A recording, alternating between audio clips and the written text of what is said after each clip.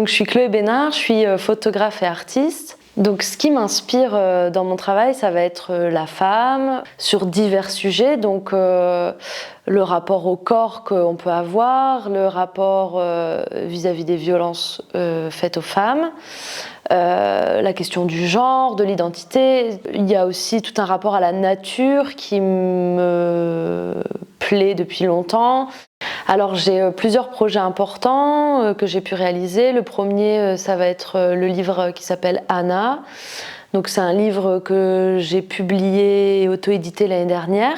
C'est un livre principalement photographique, mais aussi avec des textes dedans.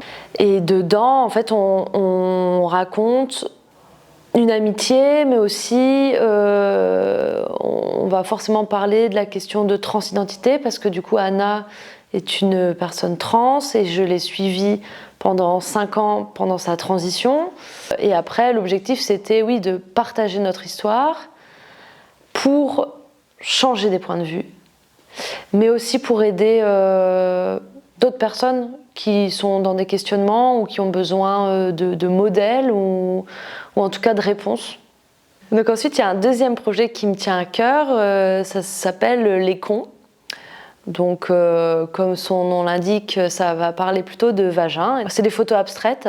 C'est un projet qui est sensible, même qui peut être censuré, mais en même temps je trouve ça super drôle de piéger, entre guillemets, piéger le spectateur qui se questionne sur à quoi ça ressemble, qu'est-ce que c'est, machin.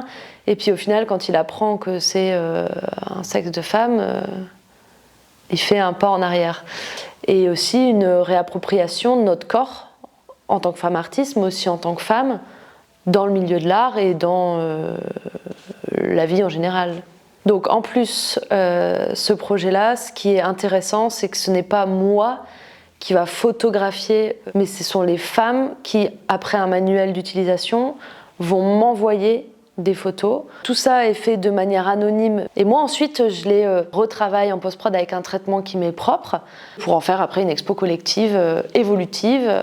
Et actuellement je travaille sur un nouveau projet donc, qui s'appelle Mangue Blanche, qui est un travail au café sur du tissu ou du papier. Donc ce projet, il est venu après un voyage en Afrique. J'ai été malade l'année dernière et j'avais besoin de me retrouver moi et de retrouver aussi une certaine liberté parce que le poids des projets passés, ils sont très engagés. J'avais besoin de retrouver une expression sans engagement avec qui que ce soit, sans défendre quoi que ce soit.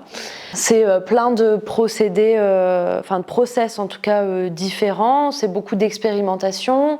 Donc mon projet s'appelle Mangue Blanche parce que en Swahili on le dit Zungu Manga.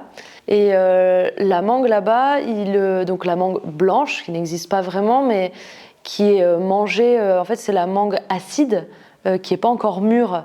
Je sais pas, ça m'a parlé et en tout cas j'ai trouvé que c'était très poétique de les allier ensemble et c'est comme ça que le projet il est né quoi.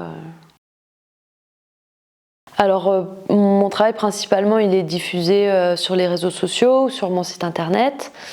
Ensuite on fait appel à des projets de résidence.